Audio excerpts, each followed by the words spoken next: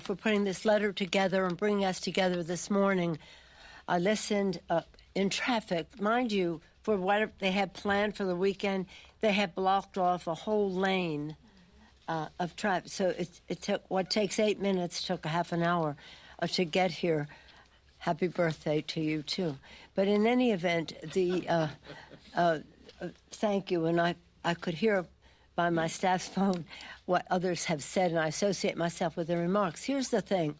The president has said he can't send in the Guard without the governor's agreement, permission. The president has said, I don't know if I have to obey the Constitution.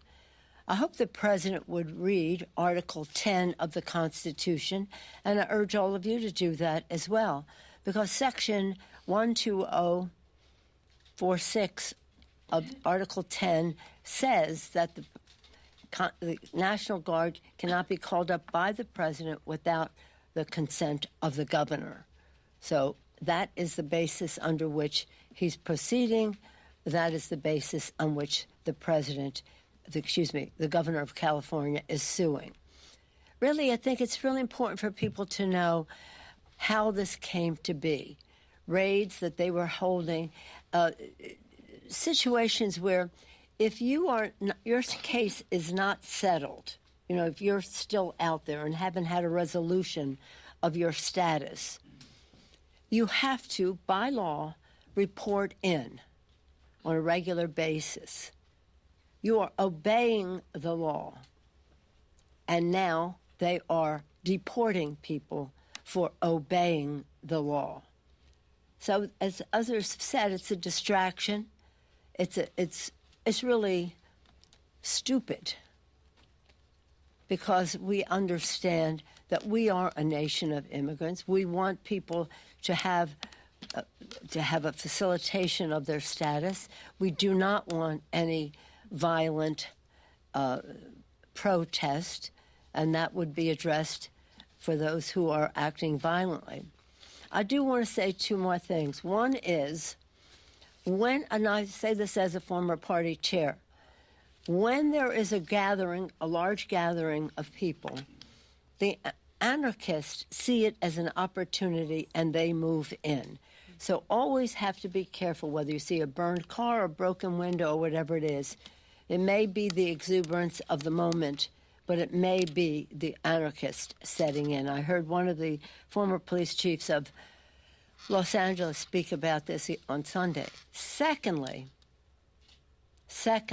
and you know this to be true, and I haven't seen it really reflected so much in the press, in a bipartisan way, on January 6th, with violence against the Constitution, against the Congress, and against the United States Capitol, we begged the President of the United States to send in the National Guard. He would not do it. Not only would he not do it, when law enforcement people were being harmed, some later died, he would not send it in when an insurrection that he incited was causing damage to those assigned to protect the Capitol and the Constitution that day, to accept the results of the Electoral College. That day, he didn't do it. He forgave those people. Now his people want to raise money for them, and yet, in a contra-constitutional way, he has sent the National Guard into California. Something is very wrong with this picture. Inconsistent in his actions, contrary to his own statement that he couldn't, of a year ago, that he couldn't send anyone in without the governor's consent, any place, and in violation of the Constitution. Thank you again, Mr. Gomez, for bringing us together. Thank you, Speaker Emerita. Now, I'd like to introduce Nanette Barragan.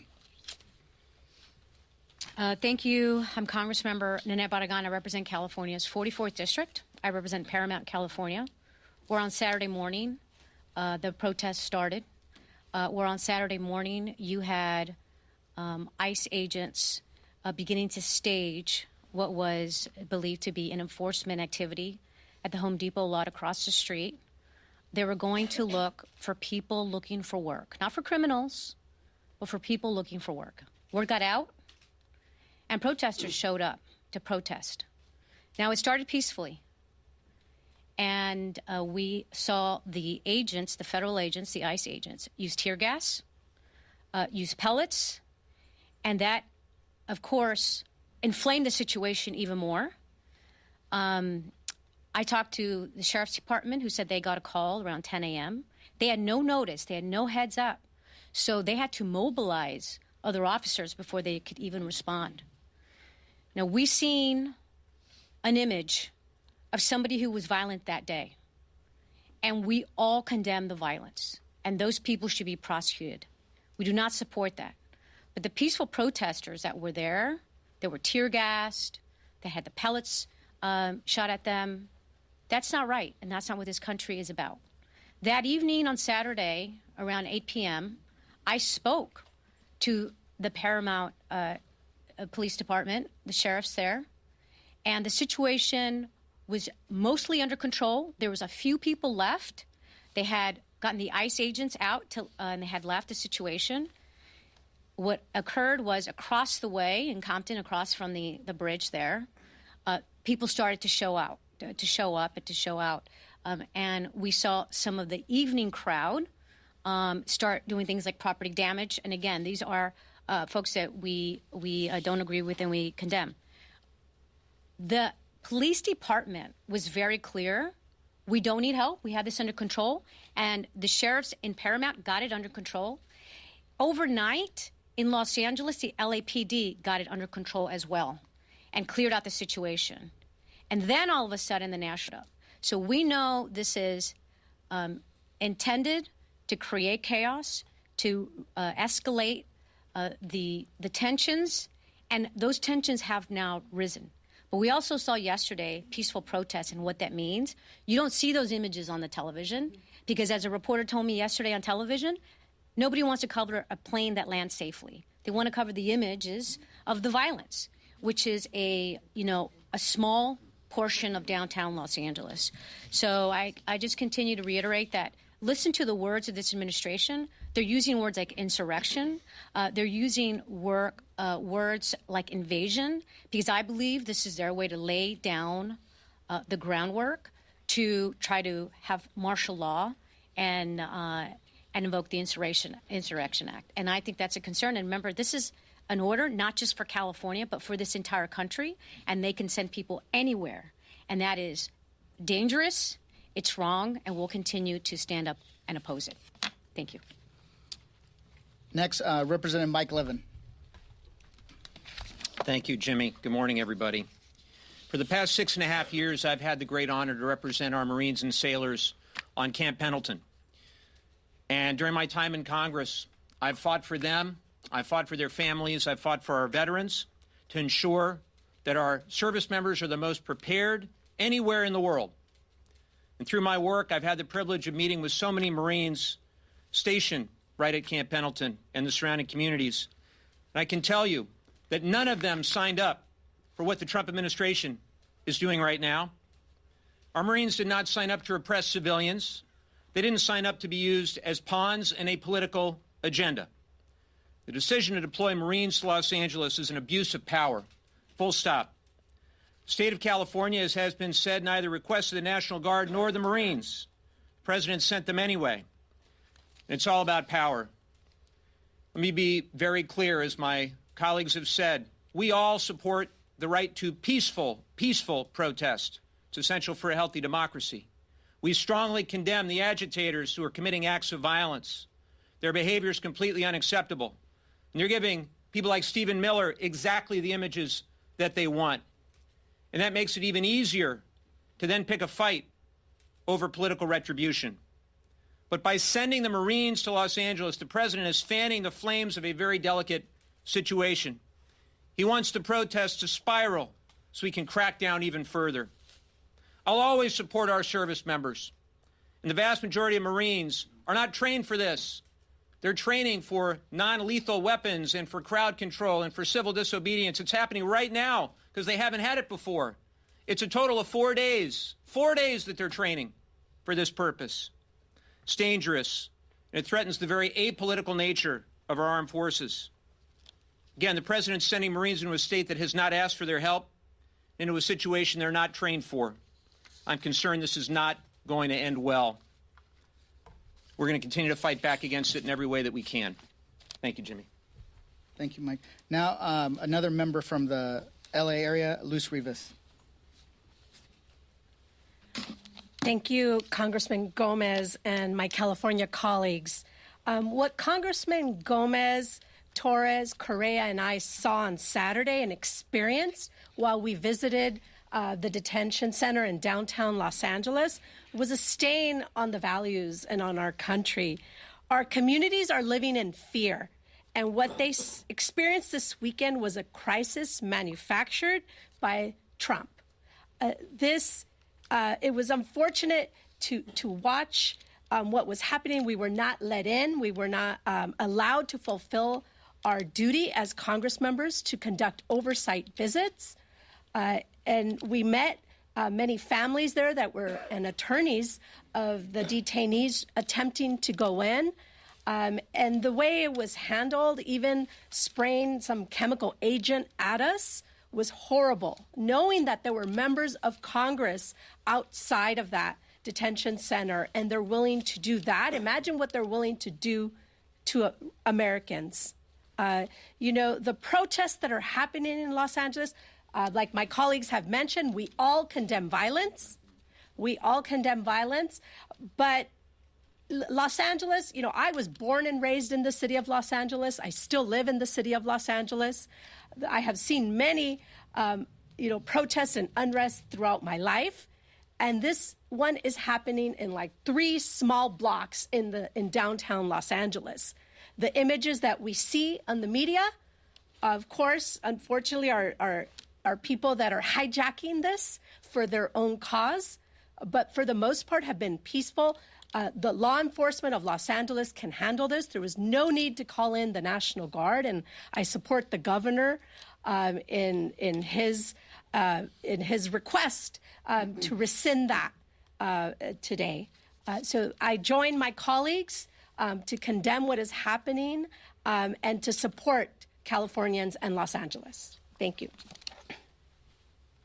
Thank you. Since we're running out of time in the room, I want to start taking some questions if people have it, and then some of the members who haven't spoke will be able to jump in and answer some of those questions. Go ahead.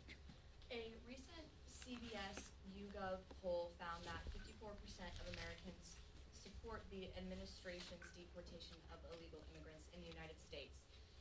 Is the Democratic Party in any way out of touch with voters on this issue?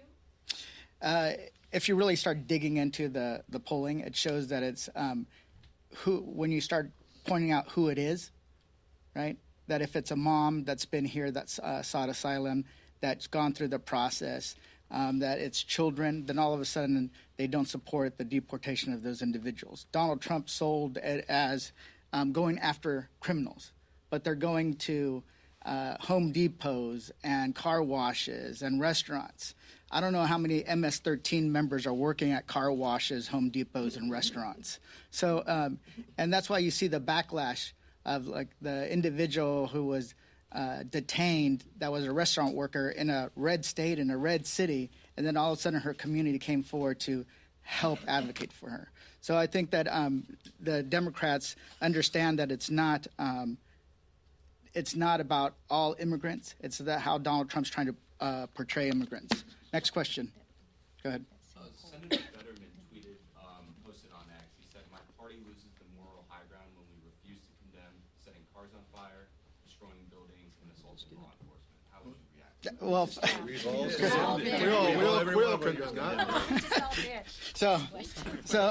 go ahead. I wanted to ask, I know you touched on this a little bit, some of it, but the president joking about arresting Governor Newsom. I don't think that was a joke. That was not a wasn't a joke. I mean, speak to that, the concern that this is... I would say I'm against arresting any of the most prominent elected officials in this country. But if you're going to elect a prominent elected official, start with the one with 34 felony convictions. Said that he wasn't, because obviously if they did arrest Gavin Newsom, then it would change the narrative, and then it would be about the illegal arrest of a sitting governor who was elected by the majority of voters in the state of California, and not about a felon who is in the White House who is manufacturing chaos to distract from the fact that he is cutting hundreds of billions of dollars in needed programs that will kill people. This is about if it bleeds, it leads. So he has created and manufactured violence so that he can have a show on the television. But other people, older people, folks who are disabled, young people are going to be bleeding when Medicaid gets cut, when people are evicted from their homes. And this has been an illegal deployment of the Marines and the National Guards without the request or the consent of the sitting mayor and the sitting governor of the state of California. So are you suggesting this is So what we're talking about here is bad faith enforcement of our immigration laws. As the Speaker Emerita alluded to, people have to check in. People are following the law when their cases have not been fully adjudicated, and ICE is doing something unprecedented. They are arresting and deporting people who are following the law. That has understandably created people who have been put in an impossible situation. Americans do want our immigration laws enforced, but they're also fair. They don't like unfairness. They don't like people being denied due process rights. And that's what's actually going on also here when people show up to their hearings and then thinking they're obeying the law and then seeing their families being arrested and taken away, or showing up to schools and parents separated from their kids. This is going to inflame communities. These are intentional acts of inflammation by this administration. They need to pull back. They need to pull back the National Guard, and they need to rein in ICE's inflammatory tactics. Are you suggesting that this is a distraction from the big, beautiful bill and the unemployment? Yes, sir. Go ahead. All right, right here. Now, you mentioned that you want to have the National Guard withdrawn, you don't want the National Guard being involved in this. You also mentioned the insurrection, so to speak, on January 6th. That was back when the National Guard was pulled back and was waiting for a long period of time, and then there was a big investigation that was put into that, and people said, where's the National Guard? We're having all these rioters who came into the Capitol, where is the National Guard? Then, all of a sudden, here we had the National Guard that was put in there because there was, let's face it, a lot of rioters and a lot of violence that was going on there that you're calling peaceful protesters. A lot of people didn't see that on the TV screens. So either you don't have the National Guard that didn't come in on time on January 6th, or you do have the National Guard where there was violence. We did see it on our TV screens. What do you want? So, wait a second. So on January 6th, I was here. There was 50,000 people outside. They were scaling the walls. They were bashing in, breaking in, with members of Congress trapped in the gallery, including myself, including a lot of the people here. That was a dire situation where the police were run over. People were beaten with. The difference is Speaker Pelosi asked for help. Very different situation. And here's the thing. Donald Trump is the one that was actually inciting that. And here's what's also going on. How many police officers have died in L.A.? 0. How many people died on January 6th? 5. How many people their heads were beaten in here? At least 1 or 2 or maybe more, right? There was so when people say that Democrats are being not consistent is completely wrong. Next question. Can we get their outlet when they ask a question? Yeah. Who are you with? Why address this as a distraction from the big, beautiful bill and must instead of treating it as a goal unto itself? Who are you with again? I'm who the child was Reuters, sir. Who wants to answer that? Anybody? A distraction question. Instead of I think there's some difference of opinion here as to what Trump is trying to distract us from.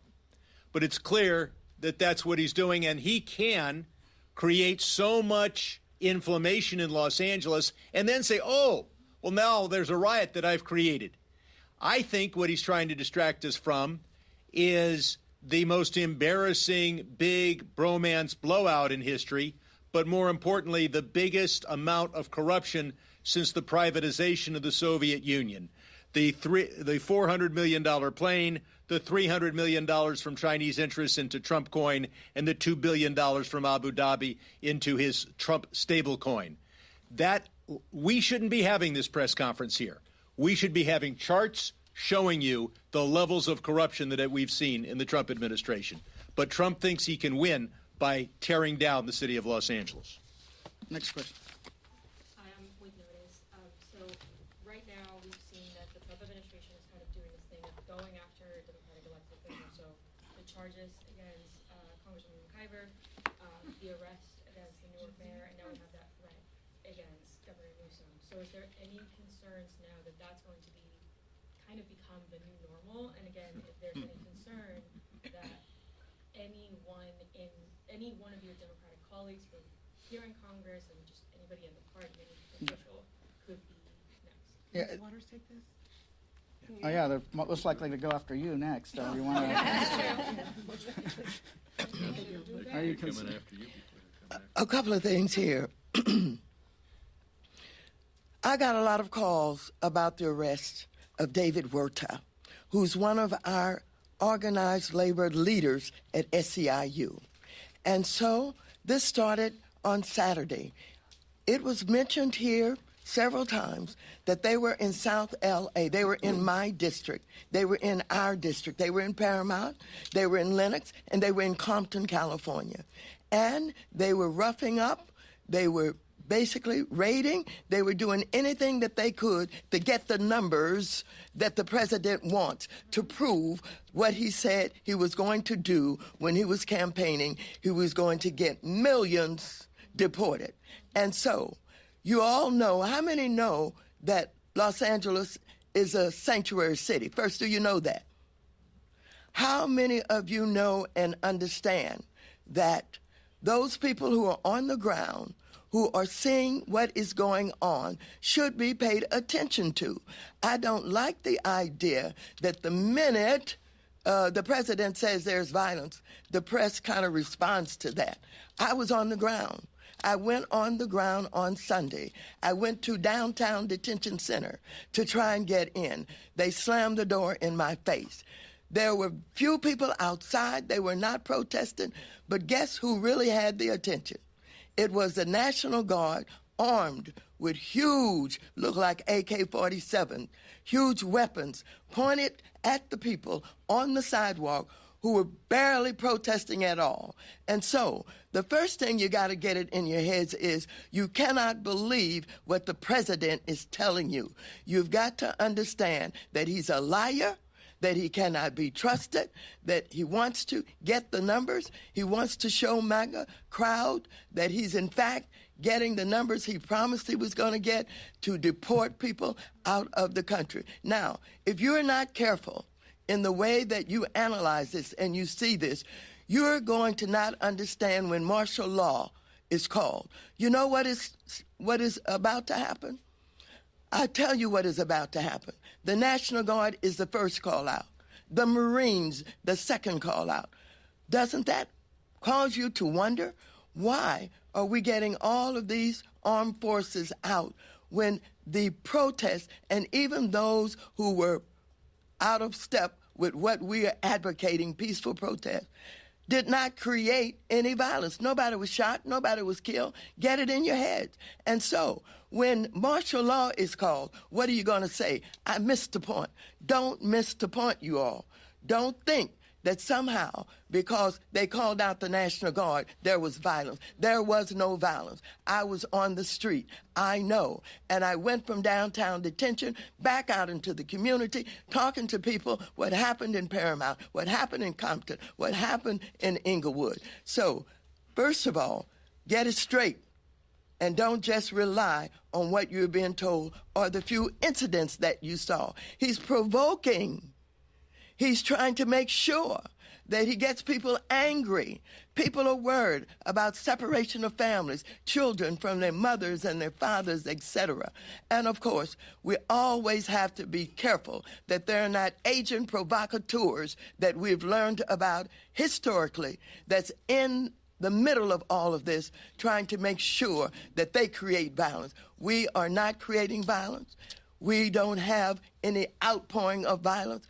We are saying we want peaceful protest. The Constitution guarantees that. Stop this lying president from what he's doing and getting into your heads and get it straight. Thank you. So adding on to it, the arresting of a member of Congress, threatening to arrest an individual is all part of a pattern of a president that is outside the bounds of the law. You know, when it comes to the elected officials, when it comes to attacking the courts, trying to impeach judges, ignoring court orders, sending in the military, nationalizing or federalizing the National Guard. That is the dark path that we are talking about.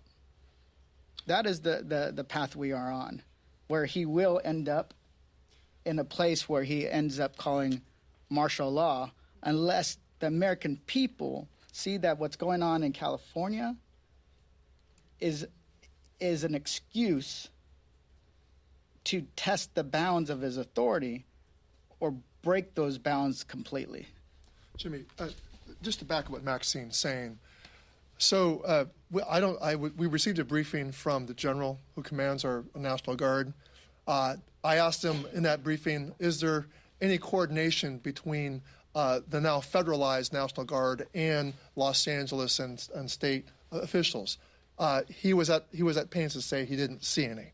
Of the 2,000, that's the number you're throwing out there. That's the big dramatic number. 2,000 National Guard nationalized.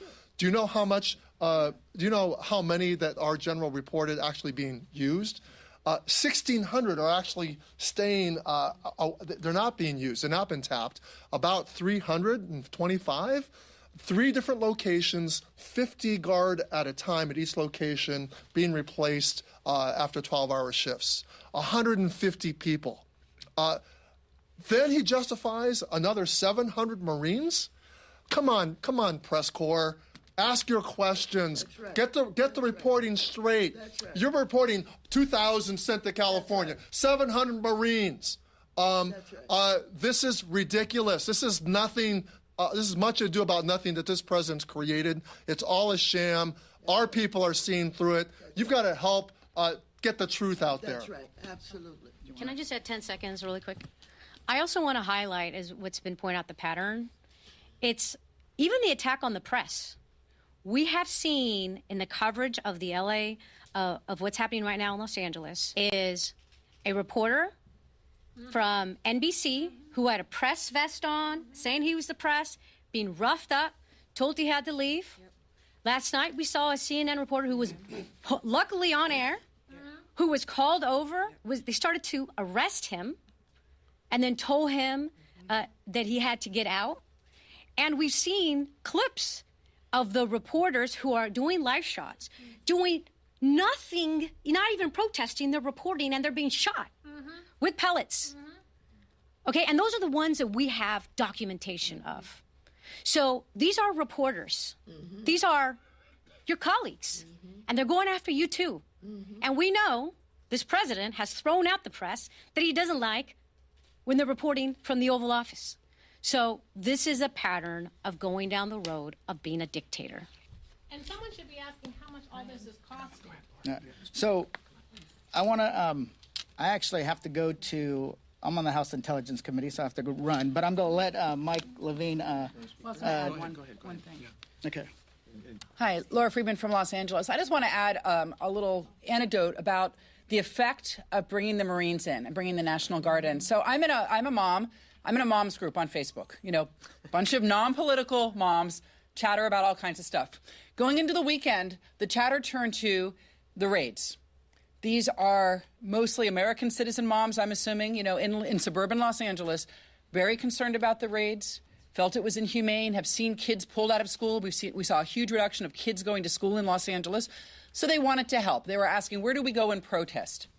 In the last day, the talk that I have seen in this group is that they're afraid of their own government. They haven't been saying they're afraid of the guys, of the bozos that we see throwing rocks, who need to go to jail, they need to get arrested, totally unacceptable, they're putting everyone in danger. But they're afraid that they're going to get shot by the National Guard. They're asking each other, are the Marines going to have live ammunition? Are they going to be shooting into the crowd? There's an effect here of chilling Americans' ability to exercise their First Amendment rights and protest. This is a bunch of moms who want to support their undocumented community members who are now scared to go to protests here in America. That's the effect that these policies from this president are having on citizens. That should be a bigger story. And they're asking each other, is it safe to go? I just want to go and stand and hold a sign. Are they going to arrest me? Are they going to shoot at me? That should be something that gives all of us pause in this moment. Thanks. Just following up on the use of the Marines, I hope you asked the tough questions. What are the rules of engagement and what is the legal authority? I can tell you the legal authority is a gray area at best. The Marines are only able to protect the federal property and federal personnel unless the president invokes the Insurrection Act, which he has not done. I have tried to find the legal authority. The closest we've come is a memo from 1971 used during the Nixon administration. There's no section relevant in the United States Code. The section relied on for use of the National Guard is solely for purposes of the use of the National Guard. So I asked that question. And as far as the rules of engagement, these are Marines who are trained in lethality. This is the most lethal fighting force in the world. They're not trained in the use of non-lethal weapons. They're not trained for civil disobedience. They're not trained for crowd control.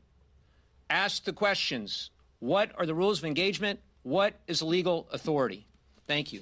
All right. Thank you. Some of these members will stay behind and answer some questions. Thank you. Congressman Gomez, could you do something in Spanish? Is that possible? Now. Thank you. Great question.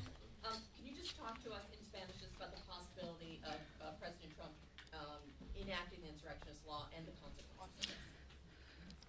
Okay. Quiero decir que nuestra comunidad en Los Ángeles, en California, en los Estados Unidos, tenemos muchas preocupaciones que este presidente va a hacer algo que no va a cambiar nuestro país para siempre. Y yo creo que si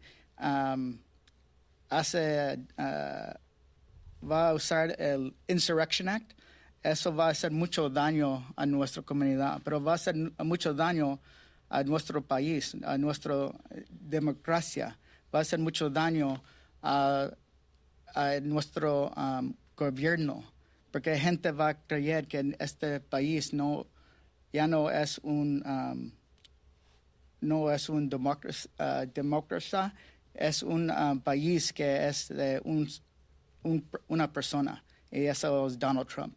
Y esa persona ya no está obligado a seguir la ley. Nosotros tenemos estamos preocupados con esto, pero vamos a luchar cada día que nuestra comunidad, para el país, sabe qué está pasando. Gracias. Thank you. All right. Good. Sounds good.